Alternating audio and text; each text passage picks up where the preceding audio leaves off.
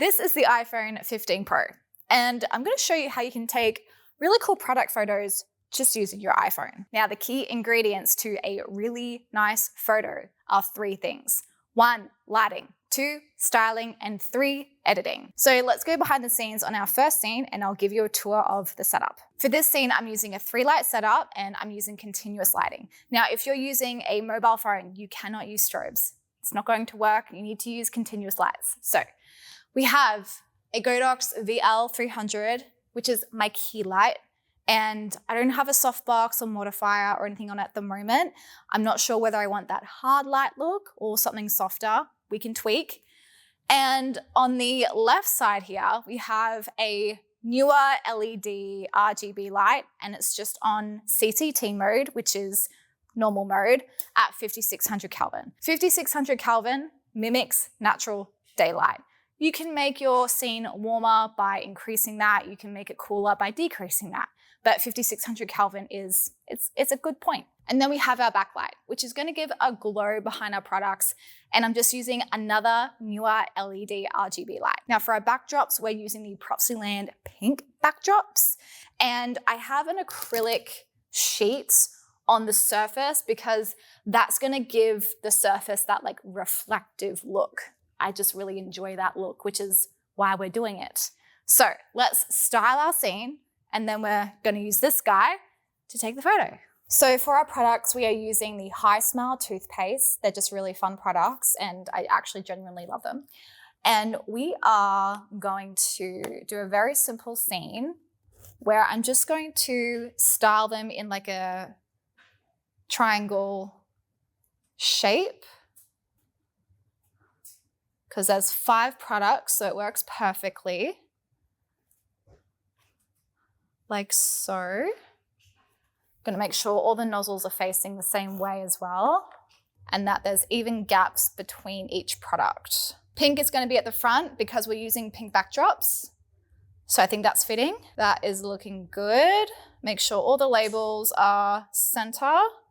Now for my iPhone settings, I am shooting on RAW mode. Shooting in RAW allows you to retain more information in your image. It's just a higher quality image. So that's what we want, and we're going to shoot in RAW. So on your iPhone, you'll go into settings and then go into your camera tab.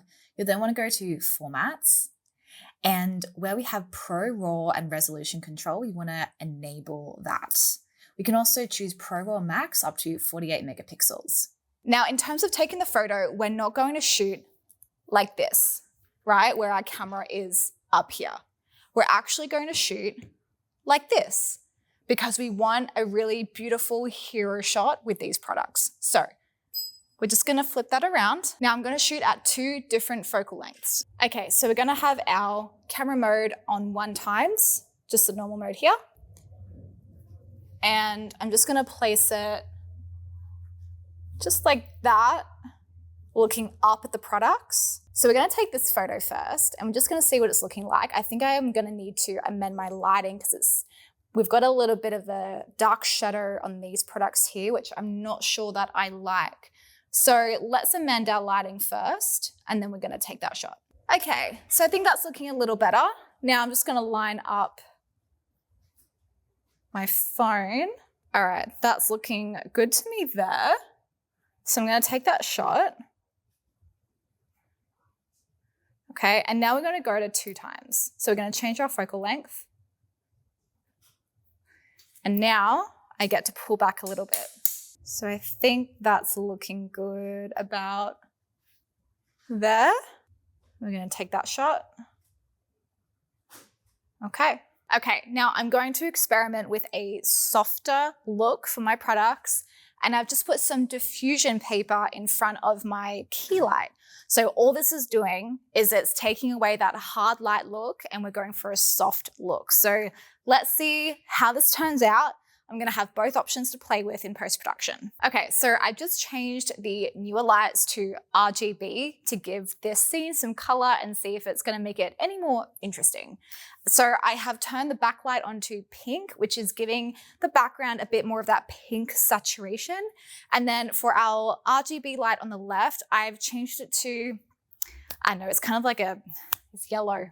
It's yellow, just to make it a little bit warmer on the left side of the products. So I'm going to take that shot, and if I like it, great. If not, I've got it as an option. So what I'm noticing is the background is just a little bit more punchy, which is fun. And I've got a little bit more warmness on our products.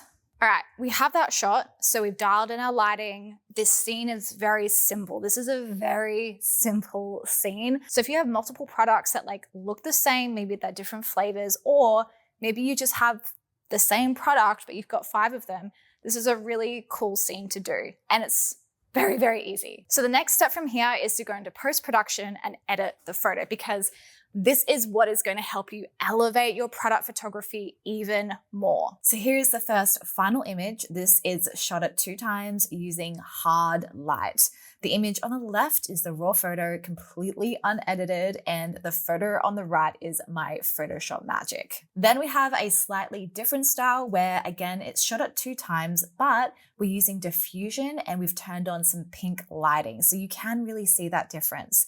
Again, the photo on the left is the unedited raw photo, and the photo on the right is the final edited image. Now, if you have no idea about Photoshop for product photography, you'll find all of my tutorials and tutorials from other industry experts as well inside Become a Brand Photographer. It's very, very helpful, and it really will help to elevate your photos. From the moment that I started using Photoshop, that is when the quality of my work really up-leveled again, because the magic that you can do inside of Photoshop to elevate the quality and look of a photo is incredible. You can literally take an average photo and make it look premium just by having the right editing skills. So that's our first scene done. Let's hop on to the next. All right, for our next scene, we are going to be shooting one of the Quick Flicks new products. It's not this one, but it's the one in the scene, which is the After Sun Mousse. So the color palette is pink and green. So I'm going with our pink Propsyland backdrop. And then we've got like a mint green Propsyland backdrop for our surface. I'm still using the acrylic sheet again, because I really love that look. I think the reflective look is nice and premium. Now, I'll give you a little tour of our lighting because I have changed it around a little bit. Lighting makes the biggest difference to your product photos. If you have shit lighting, you have a shit product photo. I'm sorry, but that's just how it is. So if you want to elevate your product photography, learn how to use lighting to your advantage. You're probably going to need more than one light. It's very, very helpful. So on our right here, we have the Godox VL300. I actually haven't really moved this. All I've done is moved it closer to the scene a little bit, and we still have our diffusion paper, which is softening those shadows. So I don't want a hard look. I want something soft and like a little bit moody. Now, we still have our newer LED RGB light. It's still on that yellow color because I want something warm on the product. And I have it pretty much like right next to my scene here. So it's lighting the left side of my product and giving it a little bit of like a warm glow. Now for our backlight, I've introduced an FV150. This is actually a hybrid light. You can use it for flash, strobe function as well, which is why I love it. So it's really good for photography and videography if that's your thing. But this is acting as my backlight. I want a glow behind the product. The thinking behind that is because this product line is meant to give you a glow, we want the backdrop to glow. We want the product to glow. So think about those things when you're lighting your products. And then we have our other newer LED RGB light. This was the background light from our last scene. All I've done is I've popped it over here, and it's just giving like a pink little saturation touch to the product. I could probably get away with not having this, but I like it. I like that it gives that little bit of extra saturation to my scene because I'm going for a little bit of a gradient, moody effect. Now, that is my lighting. Actually, one last thing, we have a foam board. We have a white foam board. These are your best friend. They're like $10 from your stationery store. White foam boards help to lift your shadows if a product is looking like a little bit dark on one side. Put a white foam board there and it will lift the lighting a little bit. If you want to darken your shadows, enhance your shadows, then you would use a black foam board. So it's good to have both in your kit. We use white foam boards a lot, especially if you have reflective products. This is what you need. So I've got that on the left. Again, it's just slightly illuminating the left side of my product just a little bit. Now, styling. This is boring, just having a product here. We need some styling. We need to make it interesting. We want to take our photos from average to interesting, right? So this product here is a after sun mousse, and it has aloe vera. It's got aloe vera and cucumber. I don't have cucumber, so we're using aloe vera. So what I'm gonna do is choose a nice juicy part of this aloe vera plant. I think this looks good. That looks nice and juicy. And we're just going to chop it into little pieces. You don't want to make them like too thick, otherwise they don't really have that like juicy see-through effect. You want to chop them quite thin. That looks good. So I'm going to do about 3 of those. And on the other side of my product, I'm going to do a little whip because we want to see some texture. So I think I'll have my aloe vera here, doing it in 3s. Slippery stuff. Can I balance? I can balance. Oh, that looks good. I like that. Okay. Happy with that. I'm going to take a test shot before I do the thing. And again, we have our camera facing upside down. And I'm going to shoot this at 2 times because it's going to make the product look more powerful. And I want nice, even negative space around the product. So I'm going to shoot that there. Take that photo. Love that. Okay. Now we're going to add in our whip. I think that looks really good, actually. I'm actually really impressed with the iPhone 15 Pro camera quality. It's like that is a very decent photo. Obviously, it's not as good as a camera. It will never be as good as a camera.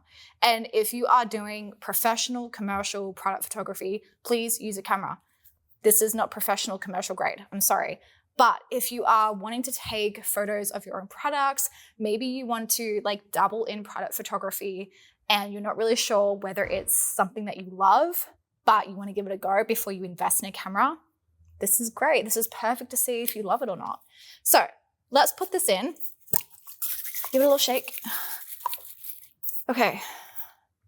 Moment of truth. Let's do it. Ooh, I don't know if I want it here or if I want it here. Where should we do it? There, just behind the ingredients, or on the other side? I'm kind of leaning towards here. So, you ready? Mm-hmm. Oh. Okay.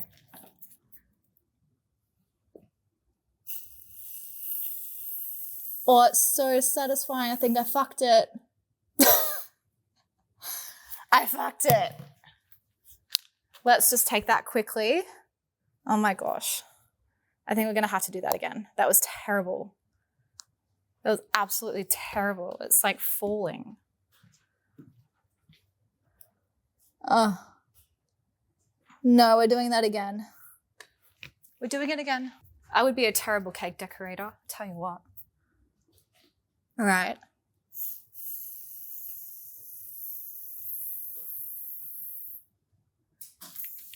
Get the shot before it falls. Looks like whipped sundae ice cream is what that looks like. Oh, we want it to be on RAW. Damn, that's good quality. Do we like the whip? I don't really want to do it again. So here's the final shot from that scene. And this is really good, if I do say so myself, but this is perfect for social media. It's simple, it communicates a story around the product, the ingredients that it involves, and what the product actually looks like. So when you are styling your scenes as well, ask yourself, how can you tell a story? How can you maybe use ingredients that are in the product or sense of the product or something that resonates with the product? Use those things as props to bring it to life. Overall, I am really impressed with the quality of the iPhone 15 Pro, and it just goes to show that with the right lighting, the right styling, and the right editing skills, you can take really beautiful product photos just using your iPhone. So this is perfect if you are a product-based business and you don't maybe have the budget to hire a product photographer. You can do it yourself. So invest in good lighting, invest in courses that teach you how to edit and style and set up your lights and become a brand photographer. And learn how to elevate your skills using these elements, and it will elevate your product photography. I absolutely promise you. So I'm going to emphasize again, the key ingredients to a good photo are your lighting, your ability to storytell through your styling, and your editing. This is going to help you create really beautiful product photography. So I hope that you found this tutorial helpful. If you want more tutorials on using an iPhone, definitely let me know. These are very rare that I do this type of photography. But if you have any questions, drop a comment, let's have a conversation. Otherwise, I'll see you guys in the next video.